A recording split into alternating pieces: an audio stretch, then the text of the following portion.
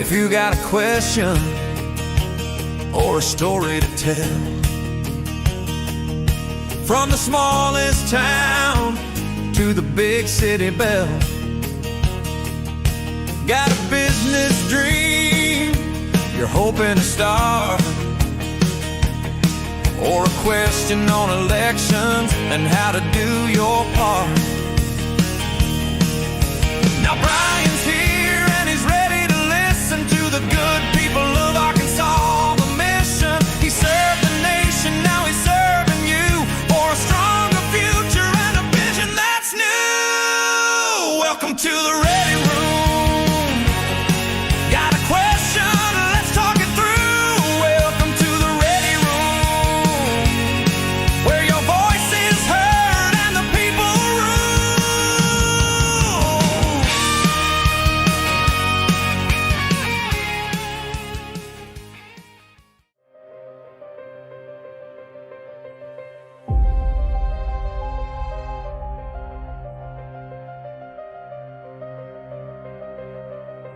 In every mission, there's a moment before the action begins. A place where warriors gather, gear up, and steel themselves for what's ahead. I'm Brian Norris. Welcome to the Ready Room.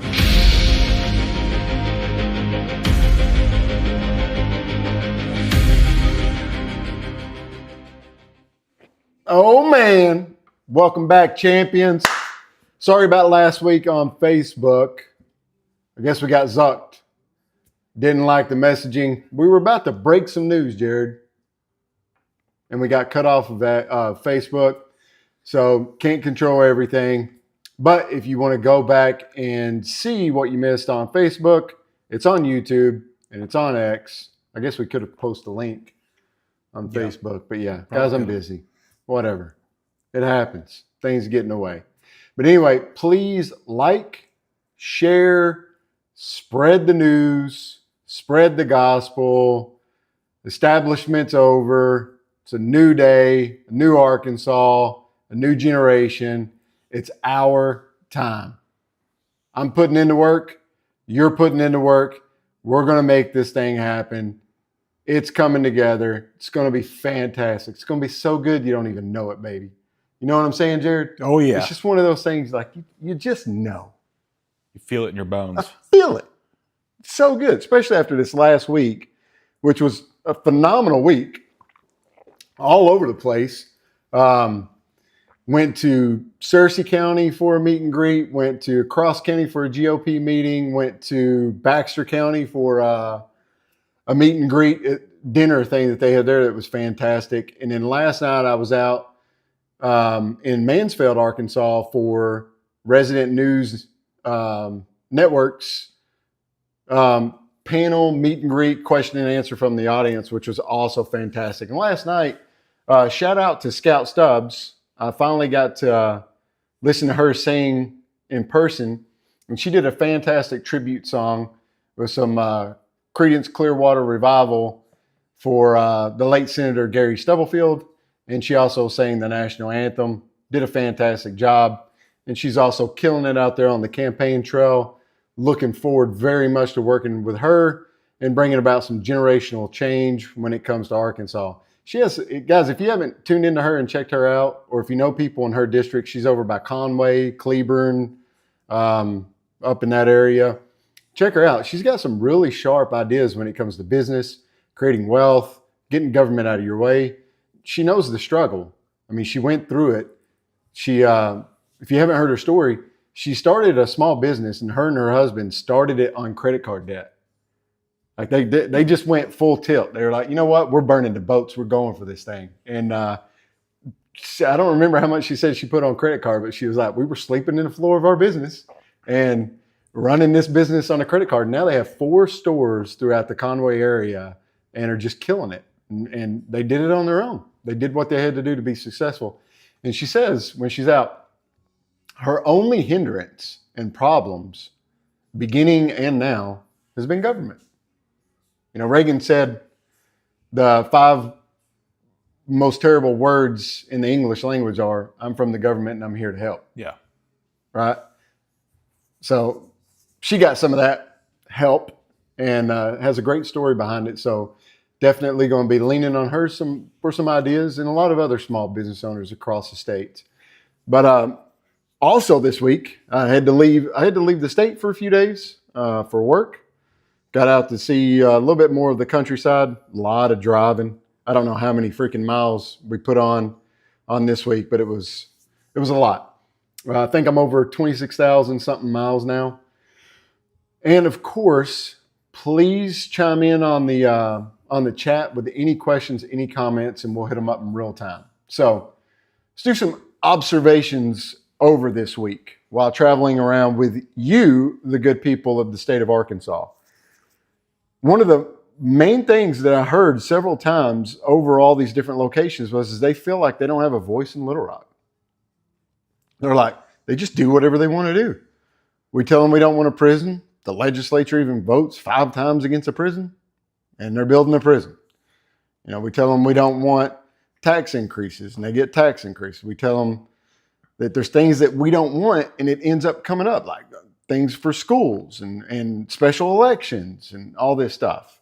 And they just don't they feel like they're being ruled and not represented, which, you guys have heard me say that over and over again because, well, it is what it is. I mean, to me, it feels like it. What do you think, Jared? I think it feels like that. And I think it goes saying, 200 years ago, what did they do over a 3% increase in tea taxes? It's crazy, isn't it? Yeah. To think about how far we've gone. I mean, I discussed it last week about how my effective tax rate is the same in Sonoma County, California, which is insane.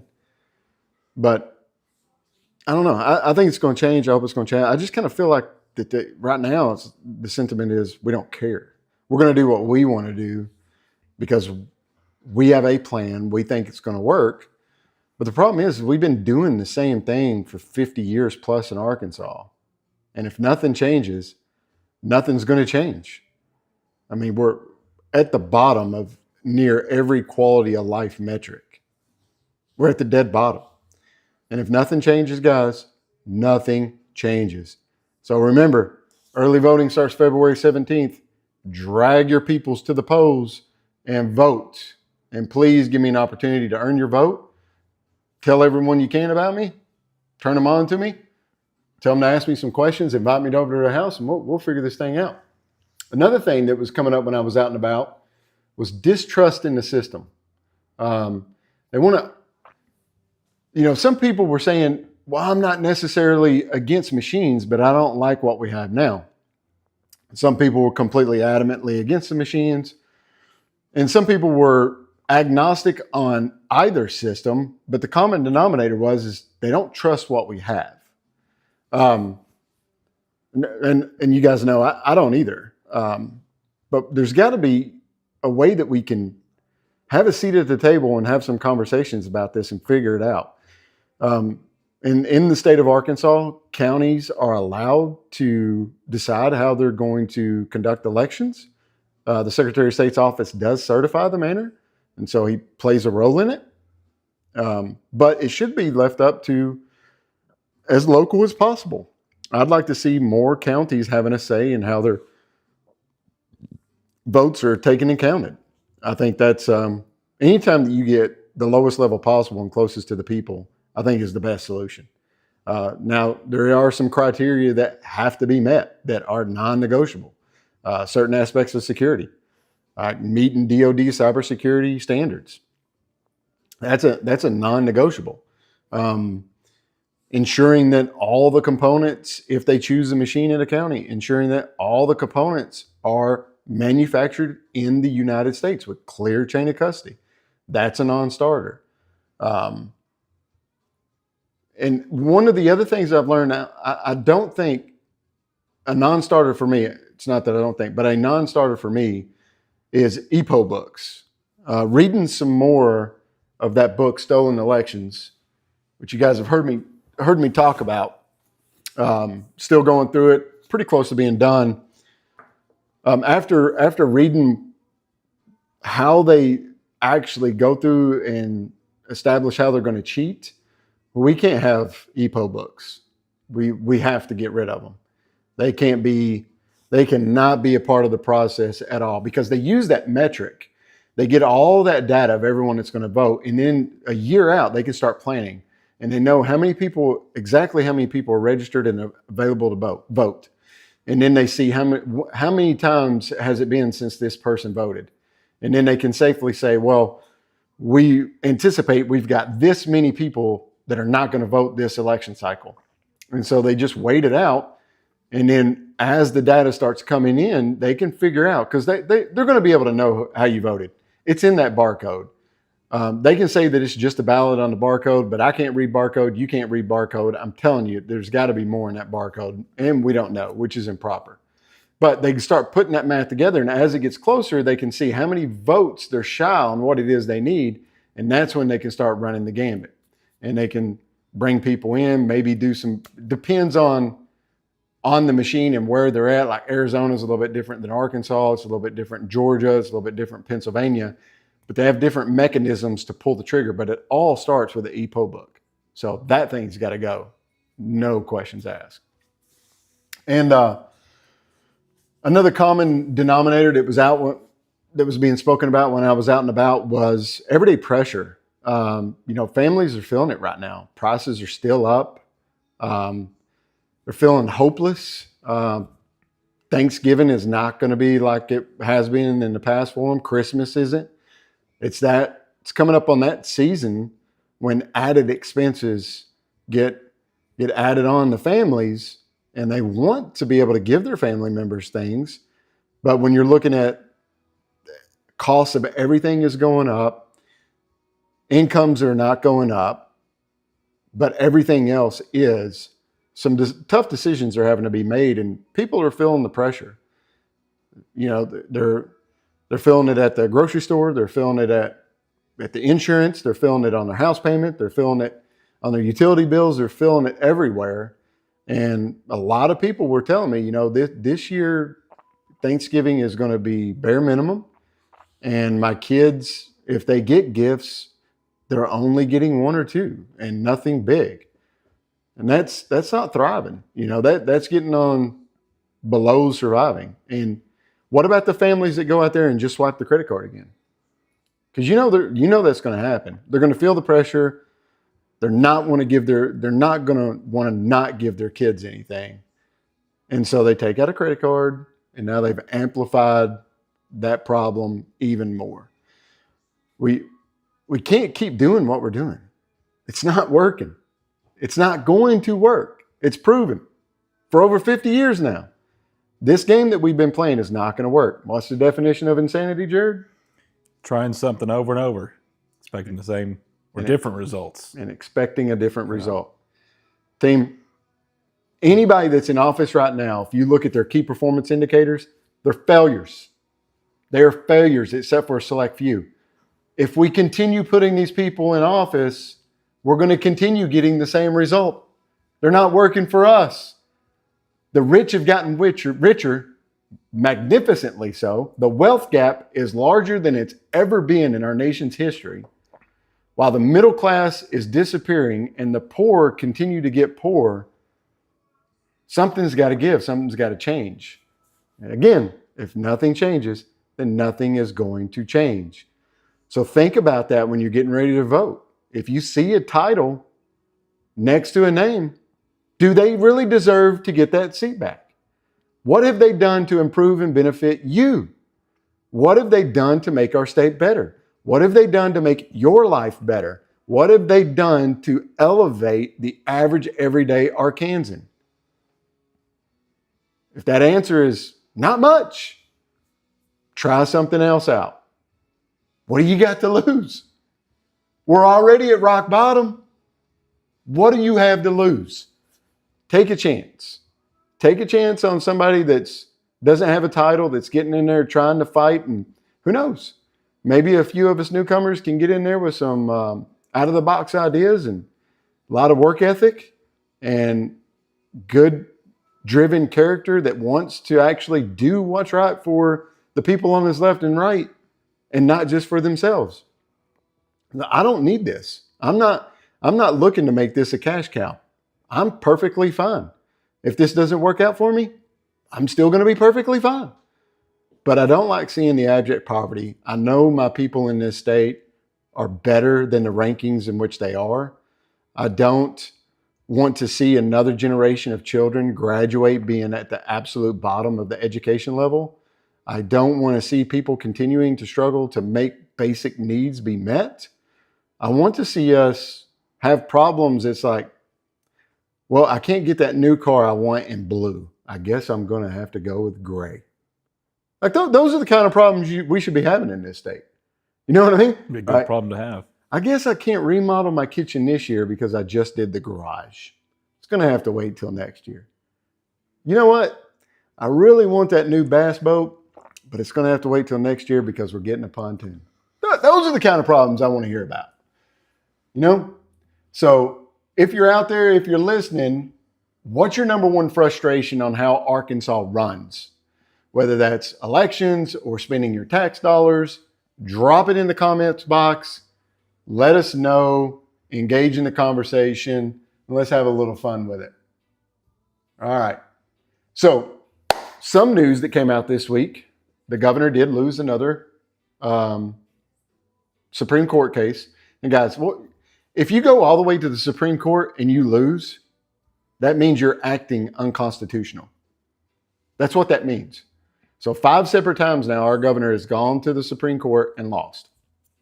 This time it was over special elections. You got something, Jared? No, I haven't been paying attention to it, honestly. Oh. State politics. Jared's been busy too. We've all been busy. But the special election showdown for 70 and 26 is settled. And the governor did say that she's going to set the date, but she is appealing. So still got that looming over. This question was brought up a couple of times last night in Mansfield over at the Resident Network News town hall debate. And I was thinking about it. The question didn't get asked to me, but I was thinking about it when it was asked to other people. And my thought process on it is, even the current law where it says it's 150 days, I believe, or 120 days, that's too long to me. And I would be very interested after I take office to go out and get some quantifiable data from all the counties and say, no crap, if all of a sudden a special election is thrown on you, how soon could you effectively and securely run a special election that involves your county? And pull that from all the counties. What is the law? 200 well, days? The law is, right now, the law says 120 days or 150 days. Okay. But the governor tried to do it out to 269 or 279 days. Yeah. I don't remember the number. So more than 100 days over what the law currently says. And it was unconstitutional. That's why she lost the case. But it would be very interesting to get that data, right? And have that data already set. Well, you said this. So in the event when it happens, then you're not guessing. Like, no, we have this. This is, and add that in there. Like, what do you need to actually run the special election? What are you going to need from the Secretary of State's office? What kind of support are we going to have to bring to that? All that brought in to the mix. And then have that ready to go so that because it will happen again. And when it does happen again, we've got our time constraints. We know where we can meet them at. We can backwards plan from that and have those pre-plans already established with packets, with material, with knowledge hubs, all that stuff going out to them and let them know that it's possible. So when it comes up, we can set that. And I don't think that 90 days is too much. I could see 120 if your town got hit by a tornado and it sucked up all your elected officials. Yeah. But barring a natural disaster, you should be able to put on an election. Yeah. Pretty quick. Yeah. Barring a national disaster, yeah. Absolutely right. There's some things you can't control. And people are going to understand that. They're not going to get upset about that. If you got a special election coming and a tornado comes through, you push it out another 60, 80 days or whatever for the recovery. I don't think people's going to complain too much about that. That makes sense. Yeah. you know. But just pushing it out for arbitrary reasons, denying people representation, that's not cool, man. We're not doing that. No. We're better than that. And the Supreme Court said we're not going to do that. So fantastic job for the people fighting that fight. Shout out to Coach Shelby down in Franklin County and the Franklin Rough Riders. Man, it's been awesome getting to know you guys, and I'm so excited for your win. And I can't wait to have you guys finally get your representation. I know there's 6 people vying for that seat. They were all there last night. Really? Yeah. I think 5 were actually in the audience and spoke. And Gary Stubblefield's family has endorsed Wade Dunn. I spoke with Wade Dunn, good man. Spoke with a couple of the other candidates too. And they got a hard choice because 4 of them spoke very, very well. Yeah. It's just going to come down to some personal preferences on it, because it seems like most of them got the skill set. They're passionate about it. They have a love for that area. It's going to be, get out there, get educated on those candidates, make the right choice, but you got to get educated on it. And then, get to know them a little bit better and share the news out, share how you're going to vote with your family and friends, and make a difference in that community and get your representation back, hopefully sooner than later. It's just disenfranchisement. There's, it could be 80,000 people without representation during the fiscal session. Yeah. Because that senator. Yeah, and that's when they're going to raise your taxes. That's when, that's not a good time to be without representation. You got to have a voice in the fight. So what could the Secretary of State's office do around some of that? I already talked about getting the dates and all that quantifiable data, but also pushing for very clear statutory timelines. And I'm advocating for a quicker response time, and getting that information will give us the bullets to support that claim and to fight that fight, and then use the office and the bully pulpit of that office to fight for it and let people know and say, hey, look, we can do this. Our county clerks have said they can do this. So call your legislators, get them to sponsor a bill, speed this up, so in the event when it happens again, you're not delayed in representation for any significant amount of time. You deserve that. So got Cindy Sylor in here. She says she's overtaxed, and that goes back to the one above. Cindy, you're absolutely right. We are way overtaxed. We're overtaxed on business. We're overtaxed in sales. We're overtaxed in property taxes. We're overtaxed in income tax. I mean, this year I've had to pay sales tax on 2 new cars. That hurts. It hurts. And, I did it once, and then I wrecked that car, and I had to go get another one, and I had to do it again. Completely unexpected. And I thank God that I was able to soak that up. But man, can you imagine? It's even on sales, used cars. You have a sales tax on used cars if it's over a certain amount.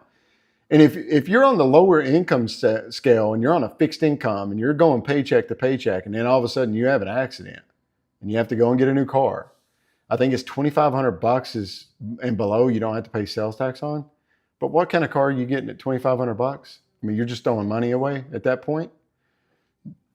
So you're already living paycheck to paycheck, and you have to go and get a new ride because you have to go to work. And then you purchase this vehicle, and you're faced with this tax bill. Like that is just, that's insane that we put that on people. I mean, realistically, it should be about $15,000 and below where you don't have to pay it on sales tax. Plus, it's a used car. It's already had taxes paid on it. Yeah. Why are you paying taxes on a car anyway? We should have no taxes on used cars. There we go. We shouldn't have any taxes on used cars. But that $2,500 limit, that's just a slap in the face. We got Jerry Marone, Randolph, our county needs transparency. Vote North.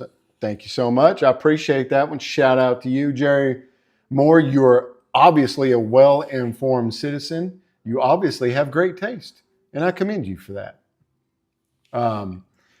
So on to if you got any Here's a good question that I wanted to ask. Have you ever gone to vote and found out that there wasn't an election you expected, or a seat that was empty for too long and you didn't know it? Type that in there. I wonder, I'd really like to know how many times you showed up and you didn't anticipate and couldn't educate yourself on a certain election because you didn't even know it was taking place. That goes back to last week when we were talking about trying to look up our ballot. Remember when we were doing it and we couldn't find all the, had a very hard time with 5 judicial races that involve Batesville, and multiple candidates in each one. And I've been out and I've listened to them. And I'm like, okay, I like this person. I like this person. I like that person. But are they all running for the same seat, or are they different seats? You know, I've lost track of that, and trying to find that information has not been so easy. Maybe now that it's been a little bit of time and filing is over, maybe the Secretary of State's office has gotten that cleaned up, and maybe we can go and view our ballots. I want to publish like how I'm going to vote on my ballot. I want to do that before I go and vote. And I want you guys to start doing this and spread this out to everyone too. I want you to take a picture of your ballot before you put it in the tabulator. So you have a physical copy of your ballot. Take a photo of it before you send it in. And it's also going to be a stop check for you to make sure that what's on there is what you want to be on there, right? And tell everyone else to do the exact same, and then keep the photo. That will give us a trail to point back to if there's any shenanigans, anything that we know that we see anything that's going on. And then you have proof. And if the ballot is wrong, and be clear about this with everyone you talk to, if your ballot is wrong, take a photo of the incorrect ballot before they spoil it. Because here's what's happened. They say, we've never had an issue, not one, with our machines. Well, that's because every time there is an issue, they just spoil the ballot and give you a new one. You turn it in, no issue. But there was an issue that wasn't tracked. So make sure that you take a picture of that ballot that's going to be spoiled so that you have proof that, and then take a photo of your correct ballot before you put it in a tabulator. Take a selfie with your ballot. Great idea, Randy. I like it even better. Hold it up, take a selfie. You got it. Time stamped, date, time group, and everything's going to be all that. Metadata is going to be there. So you got it all. See, Jerry Moore. See, I'm hitting something there. I'm getting in the feels. Guys, it's common sense. Everyone has a cell phone. If you don't have one, go get one. Take a photo of your ballot. Keep it. It could be very, very beneficial. All right. Something else I wanted to talk to you about tonight is I've been traveling this fantastic state and visiting with other GOP meetings and other events going on. There's some counties out there that are doing phenomenal stuff. Union County stands out. Baxter County. I mean, those guys are killing it. They're crushing it. Cross County is probably one of the most professionally run GOPs in the States. Cleburne County and Cleburne County Women's Group are absolutely killing it. And off the top of my head, those are the ones that stand out right now. But what's different about them than other counties? They're involved and they do stuff. They don't just meet, have a meal, and then go on their way. They put a target on the board and they drive to it, and then they meet that target, and then they do another one. They're always doing something, and they have camaraderie. You know, they have different groups that will bring in food to eat, or they meet at a restaurant. They play games. They do a drawing. They have other little events where they get together. They're involved together. They have camaraderie. They have a sense of purpose. They have a sense of belonging. But there's a lot of counties out there that are just checking the block. Like, they show up to meet. They don't really drive in anything. I can't tell you the last time my counties actually did anything. Jared, do you know? I don't know. Did we even go to the fair this year? I think they had a spot or a booth, but I don't remember. Yeah. Yeah, I mean, usually it's just sit down at the table, eat your food, talk a little bit, and then you're done. That's it. Yeah. That's a dinner club at that point. Hey, Jerry, I'll absolutely come back. I'll reach back out to your. I think you guys have a new chairman now. I heard. So if you've got that contact information, shoot it over to me. And I don't have to go to the committee meeting. We can do a meet and greet. I can show up to someone's house if they want to host it. Whatever you guys feel like that we can manage over there. Next week, I've got some time. I've only got one thing happening on Monday, so next week could potentially work out. Hit me up. I absolutely love to come and chat with you guys again. So even though the counties are not necessarily going above and beyond in a lot of them, there's a real hunger out there for someone to take charge and do that. And you don't have to be the chairman to do that. You can do what we did here in Independence County. We're starting our own PAC. And we've got a target goal. Within 8 years, we are going to have someone run against in a primary every school board, every city council, every mayor, every rep, and every state senator if they do not meet our standards. And we have clear standards that have been set out. They're being proofed right now to get agreement on it. And once we have that agreement, we're going to go through and check the blocks on a candidate. And if he is not over or she is not over 70% of that, then we're going to primary him. Our goal is to have within 8 years, $100,000 in the bank account. And we are going to use that money to affect change at every school board, every city council, every mayor, every quorum court member, every judge, all of it in Independence County. We are coming after you. If you are not doing the will of the people, if you are ignoring us, if you are trying to rule us instead of represent us, we the people are going to group our money together, group our talents together, group our time together, and you will know who we are before we are done. We will craft change in Independence County, and we will set the conditions for success and shape the environment in which we live and our children grow up in. That will happen. And I encourage you all to do that. It starts at home. I mean, the state is obviously important, but more important is your county, and even more important is your city. Those affect your life every day. They affect your taxes every day. They affect what you can do if you live within the city limits every day. Focus on those things. Then the federal government really is echelons above reality. In fact, they're lost. They're kind of a lost cause right now. But everyone wants to pay attention to what's going up there, and they don't pay attention to what's affecting your life every day. And it's the easiest to influence and impact.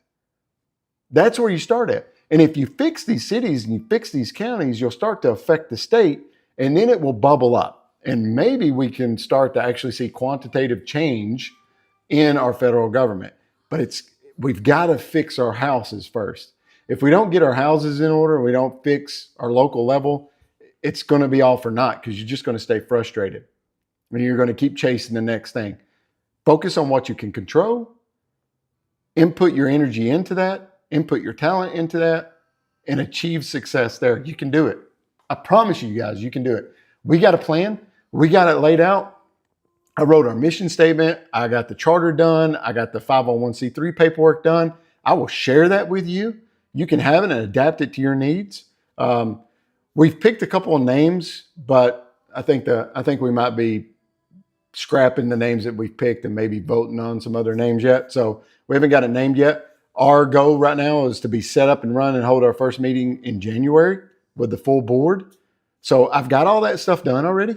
Share that. Why recreate the wheel? I'll share it with you. If you want it, let me know. I'll gladly pass it on to you. We even got a young kid that's going through law school that's proofing everything right now to make sure it's all legalese. So once he gets done with that, I can follow up with you with any corrections or anything that he had from that. And that's what we got to do. We got to stay together. We got to share information. We need to create like a knowledge hub, and we've got to help out other communities that are trying to affect change and share with them the successes and lessons learned. that we went through. Like I can talk to you all day long about the ballot initiatives in Independence County on what went right and what went wrong and how we could have improved. And that can definitely help someone else. I can share this information with you that I have concerning setting up our new PAC. I can also help you with running a campaign. I helped John Payton when he was running for Senate here to replace James Sturch. I've helped other candidates across the county, and now I have a whole lot of education on running a campaign because I'm running it all myself. And it's a lot. I mean, you got finance reform that you got to keep up with. You've got filing dates that you have to keep up with. You have all this documentation that you got to keep up with. And then you got to schedule yourself out. You got to meet with all these groups. It's a lot. I'm about 70% done with my project plan from now till election day. So I mean, I'll share that out with you guys too. Probably not all of it because I don't want it to get out to someone else, but you get me. You get. I'll share it with you after March 3rd. How about that? But our plan that we started up until now it's been working. Oh yeah. I mean, we've hit our metrics. You know, because a go without a plan is a wish, and we did do a plan, and we had some things that we knew that some people were going to be like, what? Why would you do that? But we had reasons why we wanted to do that. And those reasons have paid off. We were outside the box thinking, and I think, Jared, would you agree? I would say so. Yeah, I would say, especially in the last month. A little non-traditional. Yeah. Yeah. The last month it's really started kicking in. But January is when it really starts hammering home. The overdrive month. Overdrive. I'm here for it. It's coming together, baby. Like it when a plan comes You know, at together. first it was kind of like a cheap suit. You know, it was on you. It covered you. Yeah. It looked good. Not great, but it looked good. But we're getting it tailored now. Getting some real threads. A little bit of fitment. Yep. It's coming along. Guys, it's gonna be good. I'm telling you. I've been planning for a long time. We've got it coming. So one of the other things when I was out and about, people were really starting to figure out about the FOIA stuff and the changes in the FOIA, and they're not happy with how some of the government offices have been conducting themselves when it comes to FOIA, and they get FOIA'd. I've experienced that too. I FOIA'd every member of my quorum court, every county elected official, and I've FOIA'd every city official as well. And some of them just absolutely didn't answer. They just, I'm not going to give it to you. And unless I sue them and go after them, there's no punishment. And even then it's just a misdemeanor. I thought about it. I thought about filing some ethics complaints against them and doing that, but squeeze isn't worth the juice, and I got enough going on. I didn't want to add that onto my plate. But yeah, I get it. I mean, there are plenty of elected officials out there at every level that just feel like they don't have to deal with that. That's laws for you, not for me. I write the laws. I enforce the laws. I interpret the laws. I'm not beholden to the law. That's honestly what it feels like from a lot of our elected officials. And that's not the way it's supposed to be. I think that needs to be revamped. I think there needs to be automatic triggers and severe repercussions for denying a FOIA. In the military, if you get a congressional or you get a FOIA, everything stops until you answer that FOIA. When I was in leadership, we had 72 hours to get back to our second level commander. So one above the level that you're at right now, because the direct commander cannot answer that FOIA. It has to be one above them. And we had 72 hours to get that information to the commander so that he could hand that over to that agency. And everything came to a stop until you got that done. And a lot of people wouldn't go home until they got it all done. We didn't play around with it. And if you missed that deadline or you withheld information and they found out, you're done. Your military career was over. OV to the E to the R, over. And until there's actual repercussions for it that are automatically triggered, they're just going to continue on as business as usual. So I would like to see some eager legislature craft some meat to some legislation concerning FOIA, because we have that right. We have a right to know what our employees are doing. They're our employees. It's our money. We built the offices. We supply them with everything that they need to conduct their business on our behalf. We have a right to know everything that it is they're doing in their official capacity. And if they don't want to give it to us, they need to face some serious repercussions, or they're going to continue acting that way. Which is why I want to remove the office door from the Secretary of State's office so everyone outside that office can hear what's going on. I want to have meeting minutes published to the website. Everything that I do is going to be made available to the public, with the exception of the Capitol Police and security measures. I think you guys can agree and appreciate that I'm not going to disclose our protection plans for the legislatures, for the buildings, for the governor. That's not okay, but everything else is fair game, and you should have access to it. I got nothing to hide. I want you to see everything. I don't want anybody to have a minute in my day as an elected official that they didn't know, or if they wanted to, they couldn't find out what it was. And I will treat FOIA exactly how I did in the military. 72 hours. You got 72 hours, team, to get that answer to them. And if you withhold anything, you're fired. I'm going to ask the attorneys if I can do that. I don't know, but I would ask the state attorneys to refer them for charges. It's only a misdemeanor right now, but at least it's something. Make sure that we got our election calendars and stuff out that's clear, visible, so that you guys can track that. I want you to know all of the vendor contracts for anything involved in the voting process. So who got a contract to work the elections, who got a contract for X, Y, and Z. You deserve to know exactly who they are so you can FOIA and hopefully get some more information from them if you want to.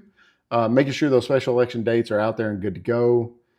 I want to call it like a citizen transparency portal, a separate part on the website where you can go in there and all that information is there and you can find it, not hiding anything. And so we got Sam Adams. Man, I'd love to come back. I am going back to Miller County. There's a dinner that I'm going to. It's put on by your Republican Party, and I'm staying the night because the next morning there's something at a church or another event that's going to be held there, like a candidate meet and greet thing, and I'm going to that as well too. But Sam, if you want to reach out to me, we can bounce those dates off of you so I can let you know exactly what's going on. And let's see, I might be able to pull it up on my calendar here.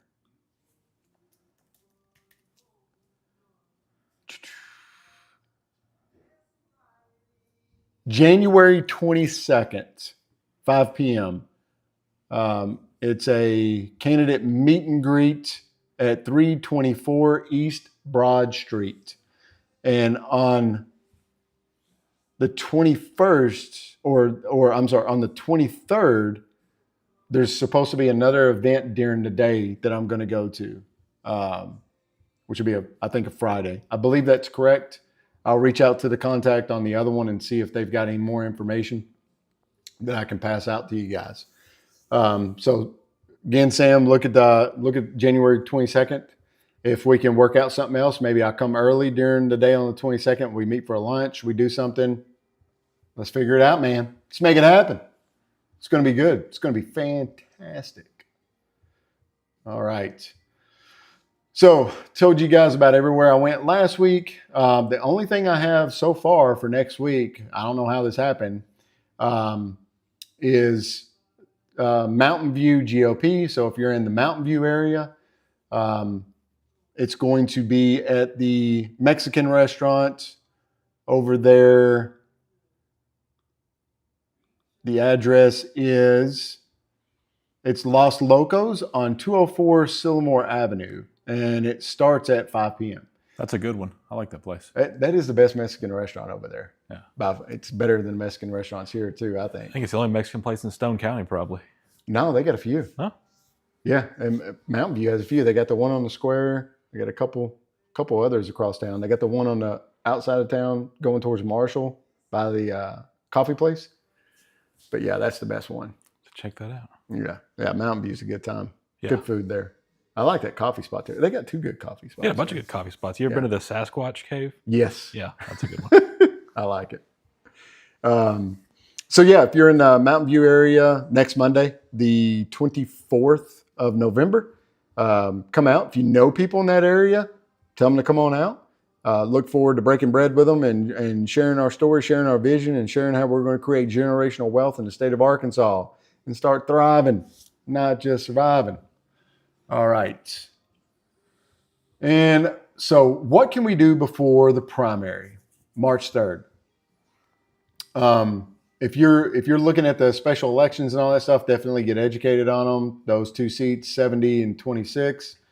Learn who's on the ballot and where they stand on issues that are important to you: election integrity, transparency, financials, education, medical, whatever it is that's important to you. Reach out to them and find out where they stand on it. Government accountability.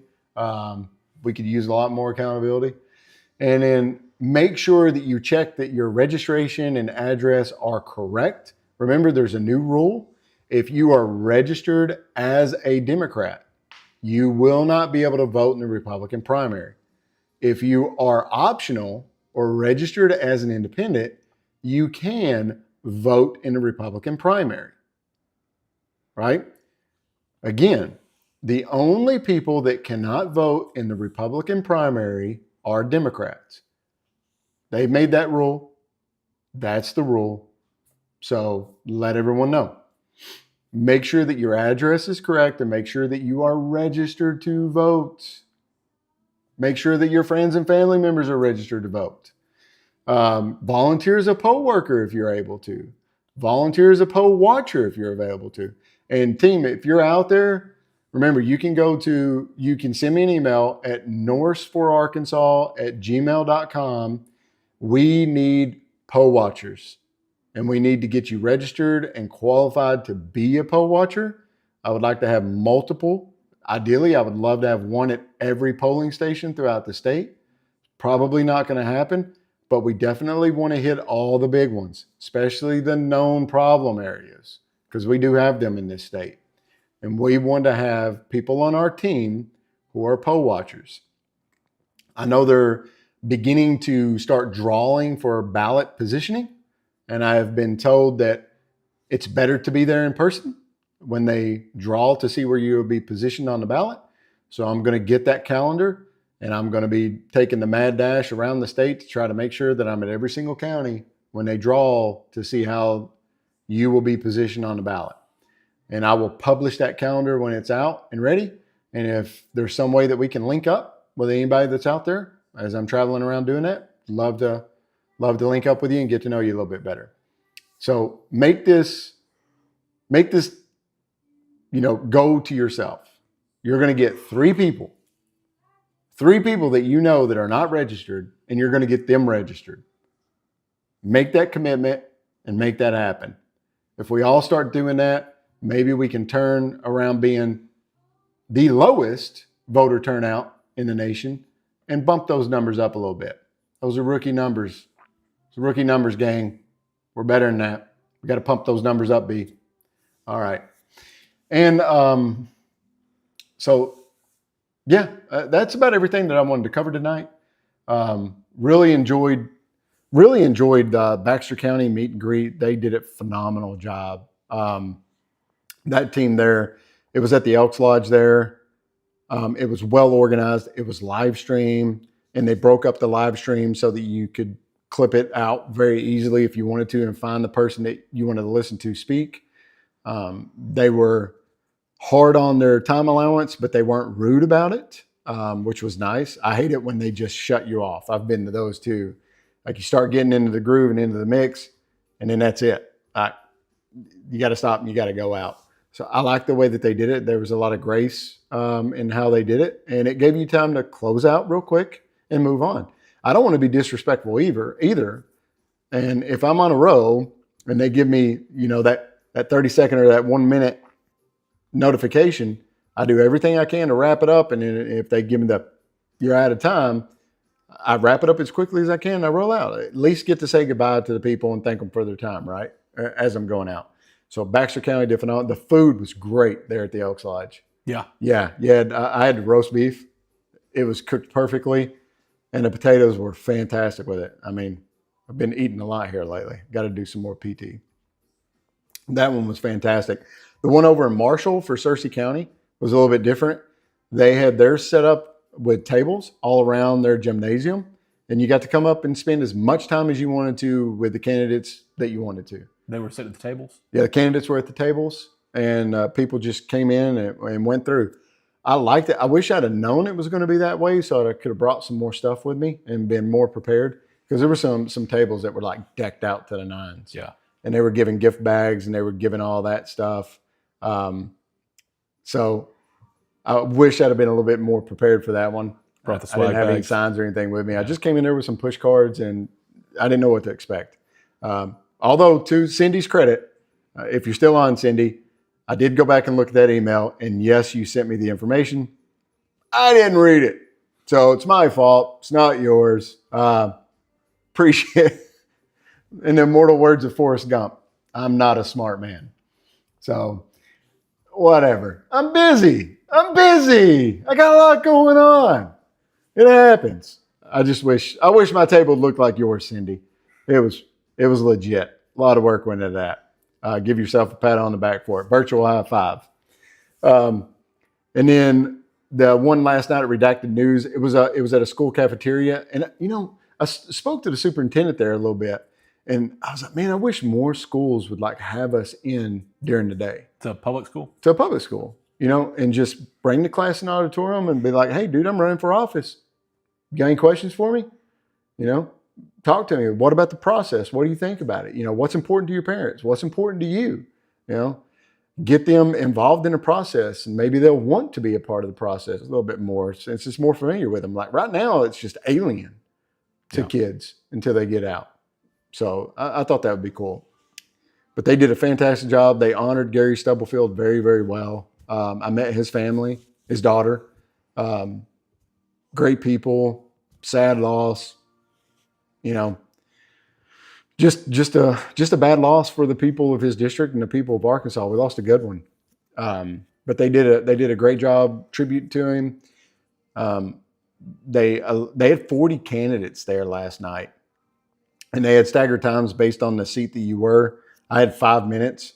It's very difficult to do an introduction of yourself and talk about your points and then do a Q&A within 5 minutes. But I think we pulled it off pretty good. Had a lot of people coming up to me afterwards, made some really good contacts. That was fantastic. The setup was good. Everything else was great about that one. Redacted News and Gun Owners of Arkansas did a phenomenal job on that one. And just posted a long post about how important primary elections are.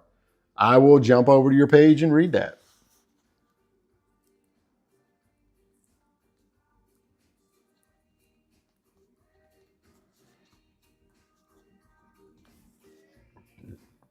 All right, Jerry. I'm going to be over there and read it. Might not get to it tonight, but I got it in my trusty, dusty notebook, and I will get to it probably tomorrow because I'm going to go and spend some family time. I haven't seen them since Sunday morning. All right, I think that's going to do it for us today. We appreciate you guys showing up this week for the Ready Room. Don't forget to like and share.